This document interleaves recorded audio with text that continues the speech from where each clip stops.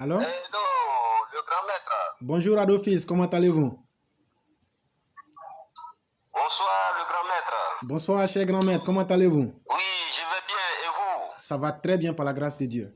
Excellent. Et vous? Ça va très bien. Rendons grâce à Dieu pour tout. Effectivement. Effectivement. Donc, je vous donne la parole. Et les élèves, tout le monde va bien? Tout le monde se porte très bien grâce à Dieu.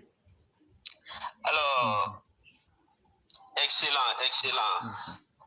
Oui, le grand maître, vraiment, je voulais, avec votre permission, encore m'attarder sur vraiment le phénomène zéro, parce que je ne voulais pas dire Soro, le phénomène zéro. Effectivement. Cet énergumène. Alors, après avoir écouté le grand frère Nieba du Canada et tous les témoignages qu'il a donnés, vraiment, une fois de plus, je me pose la question suivante, à savoir, mais comment fonctionne le monde en termes de diplomatie dans le domaine de sécurité internationale et transfrontalière? Je m'explique. Parce qu'on ne peut pas comprendre, parce qu'il a été prouvé par A plus B que le CR0 était rebelle endurci, bien qu'ayant, grâce à des arrangements occupés circonstanciellement, des hautes responsabilités dans notre pays. Alors, ce n'est aussi un secret pour personne qu'après avoir vraiment été désobligeant vis-à-vis de l'exécutif, c'est-à-dire le chef de l'État, et viré du perchoir, le CR0 a passé le clair de son temps en Europe à menacer publiquement et ouvertement le pouvoir d'Abidjan. Et tous ces agissements ont amené, bien sûr, tout le monde le sait, le président français Emmanuel Macron a sorti et à le rappeler à l'ordre. Alors, n'a-t-il pas été aussi révélé que le CR0 est fiché sur la liste noire aux USA, aux États-Unis, comme étant un terroriste? Alors, n'a-t-il pas été aussi prouvé qu'il a voulu déstabiliser le Burkina frère avec la complicité de Diendéré et Djibril Bassou Solé, avec des audios et qui l'ont attesté, et que les autorités burkinabées d'alors avaient lancé un mandat d'arrêt international contre lui? On le sait très bien, et que n'eût été l'intervention et la haute diplomatie du président de la République, Alassane Ouattara, il aurait été arrêté et extradé et jugé là-bas au Burkina Faso. Alors, donc, avec toutes ces preuves, avec tous ces actes, avec des déstabilisations, du terrorisme, de menaces contre notre pays, alors la question que je me pose, c'est moi qui prends en compte mon introduction, c'est de savoir, mais pourquoi malgré le mandat d'arrêt international contre lui par la justice ivoirienne, il n'est toujours pas inquiété, arrêté et rapatrié en Côte d'Ivoire pour répondre de ces actes? Vraiment la question que je me pose. Autrement dit, vraiment trop c'est trop. Trop c'est trop. Nous ne pouvons pas accepter qu'à cause d'un petit énergumène comme ça, un bonarien, un arriviste qui est venu sous la dernière pluie et par des artifices et qui a bénéficié de tout. Alors je pense que si quelqu'un a bénéficié en Côte d'Ivoire de tout et surtout de la rébellion, c'est bien lui.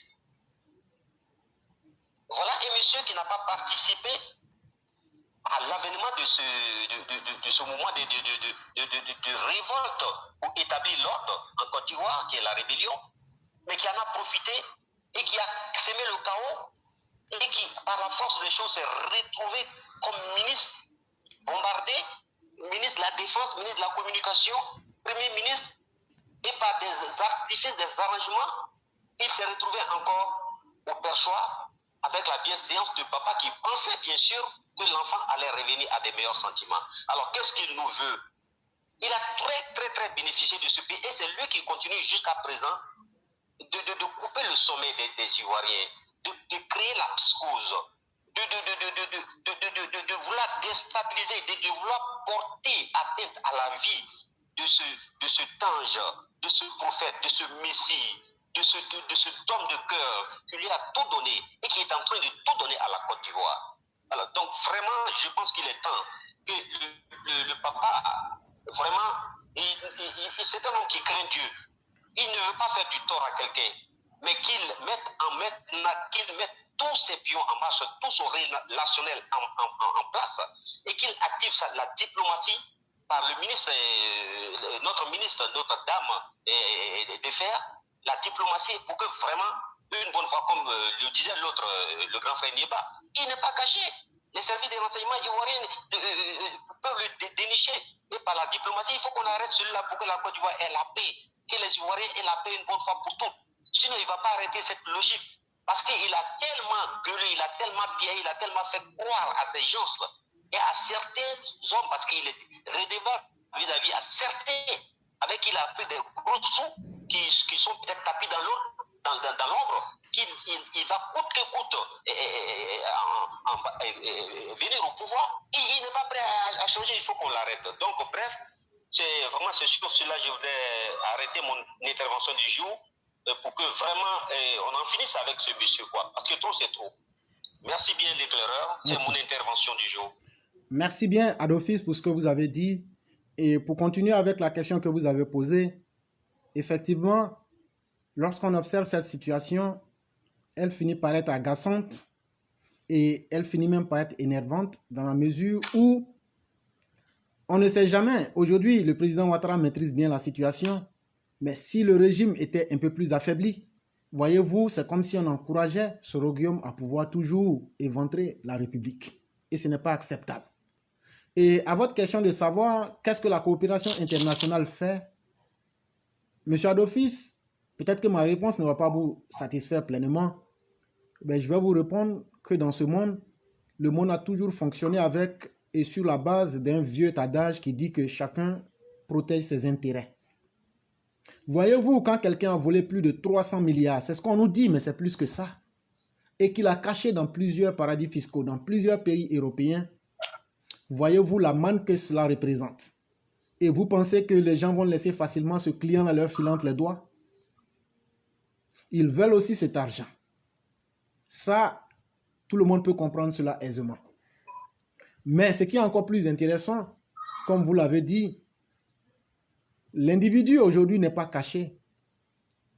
Et il y a ce qu'on appelle la diplomatie officielle, mais il y a aussi la diplomatie non officielle qui a des méthodes bien connues.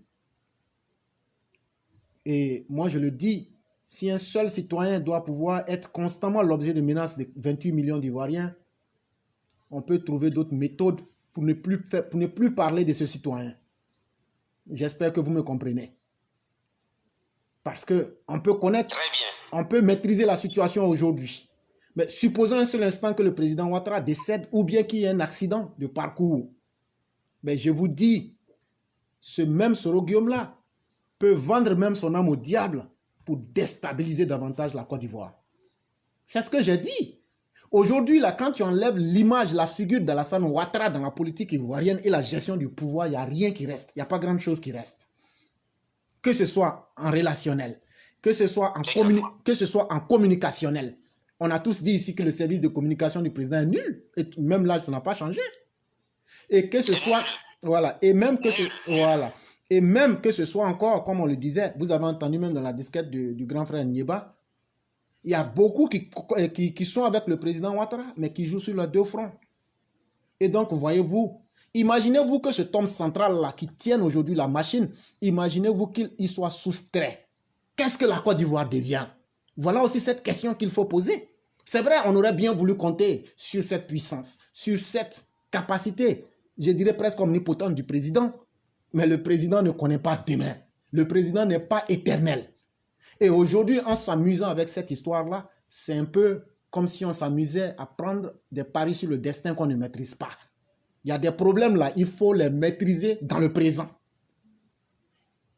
Et l'avenir et le reste, on en parlera. Mais Soro Guillaume n'a que trop persisté dans le désordre qu'il sème en Côte d'Ivoire. Et à un certain moment, il faut lui montrer qu'on peut mettre frein à ces velléités-là. Et je suis entièrement d'accord avec vous. Il faut que des solutions, au-delà des explications qu'on donne, l'État doit se donner des moyens de se faire respecter d'une manière ou d'une autre, à travers ce que j'ai dit aussi. Les autres le font.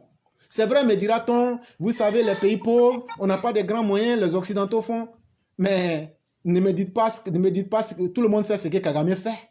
Ne me dites pas qu'il n'y a pas de belles femmes en Côte d'Ivoire. Ne me dites pas que les Ivoiriens ne peuvent pas voyager. Et donc, il y a beaucoup de choses qu'on peut faire. Ne me dites pas qu'on ne peut pas avoir le polonium. Ne me dites pas qu'on ne peut pas avoir le Novichok qu'il a fait administrer aux gens. Mais si on a appliqué la même méthode qu'il fait aux autres, il va aussi connaître et apprécier. Et donc, il y a certaines personnes, malheureusement, qui ne changeront jamais. Et Soro-Guillaume fait partie de la race de ces personnes-là. Et quand je vois certains qui se blaguent eux-mêmes en disant « Non, il faut faire le pardon », moi, je dis malheur à vous, malheur à vous.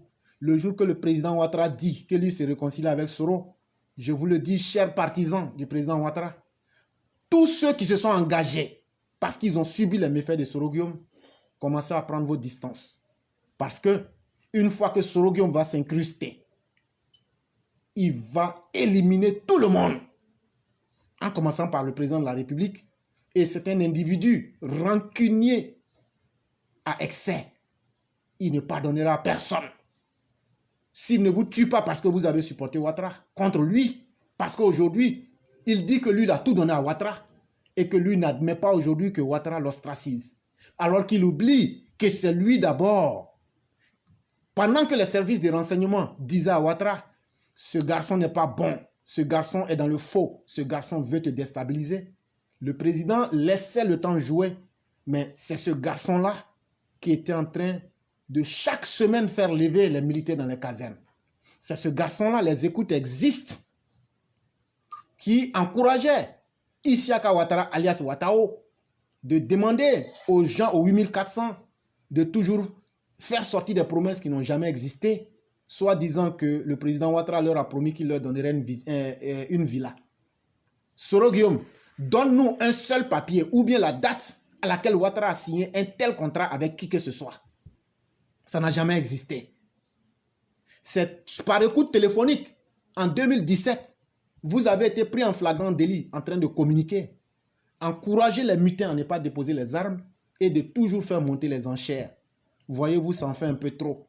C'est toi qui as été pris avec Olivier Bazin, alias commandant Mario, en train de dire que tu as dans tes capacités les possibilités de mettre le feu aux poudres à chaque instant que tu le souhaiterais en Côte d'Ivoire. Et effectivement, tu demeures dans cette logique quand tu fais rentrer Amadou Sondo, alias commandant Poupou Porta ou Porti Pota, pour déstabiliser en 2022. Parce qu'en anglais, on appelle caca Poupou. Donc maintenant, moi-même, j'ai fait ma propre création. Donc je dis Poupou Porta. Et donc, quand Fofana Poupou Porta vient en Côte d'Ivoire et que vous le faites passer pour un réfugié politique ou bien quelqu'un qui a perdu le sens de la réalité, c'est totalement faux. Il est pleinement conscient de ce qu'il venait faire. Et s'il avait réussi son coup d'État, vous auriez célébré ce monsieur-là comme le héros national. Vous l'auriez célébré comme le libérateur qui avait permis de tuer Laurent Gbagbo, qui avait permis de tuer Alassane Ouattara, qui avait permis de tuer Bédié d'un seul coup. Parce que la même chose que Bédié, tout le monde ressemble à son maître à la fin de la journée à d'office. Il a voulu faire le même complot que Gbagbo a fait en tuant Gueye, en disant de tuer Bédié et en disant de tuer Alassane Ouattara le 19 septembre 2002. Voilà la vraie réalité. Et donc l'homme ne sait pas faire autre chose que ça. Même pour lui, quand il doit se réconcilier avec toi, quand il dit qu'il se réconcilie avec toi, il a un couteau dans la main gauche. Et une fois que toi tu fermes les yeux pour dire j'ai compris, il te plante ça dans ton ventre. Et donc ceux qui ne connaissent pas l'homme peuvent toujours continuer à s'amuser. Mais ce qui est le plus énervant, c'est ceux des collaborateurs du président qui jouent sur les deux fronts. On a toujours dit ça ici.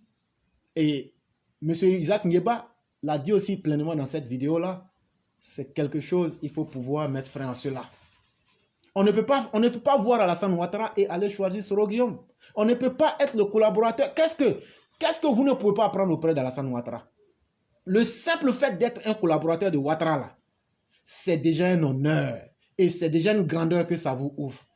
Mais partout, allez partout. Même lorsque Soro Guillaume était président de l'Assemblée nationale, quelle porte à l'international pouvait-il ouvrir? Qu'est-ce que son nom peut ouvrir si ce n'est que ruine, désolation et honte et dégoût? Et donc, à l'office, c'est ce que j'allais ajouter. C'était tellement très bien dit. Je pense que la goutte d'eau qui devrait faire déborder le vase a goûté avec l'arrestation du disque dur, parce que le disque dur qui est le commandant, comme je le dis, Poutapouti, qui défèque dès qu'on l'arrête, est maintenant la bienvenue. Parce que maintenant, comme tu le disais, les s'ensuit, les mauvais grés sur lesquels ils pouvaient s'appuyer, ils sont aujourd'hui tous, ils seront. Il y aura ce qu'on appelle un ratissage. Et tous seront mis en face, tous seront mis dehors devant le monde entier. Et une bonne fois pour toutes, on va mettre vraiment du propre autour du jeu. Tous ceux qui seront impliqués, comme le disait le grand frère, il n'est pas, le procureur Ange Kissi doit publier la liste et on doit frapper dur, comme le fait Paul Kagame, comme le fait Poutine, comme le fait le président ukrainien. Il faut qu'on frappe dur. Et merci, que Dieu sauve la Côte d'Ivoire, que Dieu protège notre président, le papa. Je vous en prie et je vous souhaite un excellent week-end.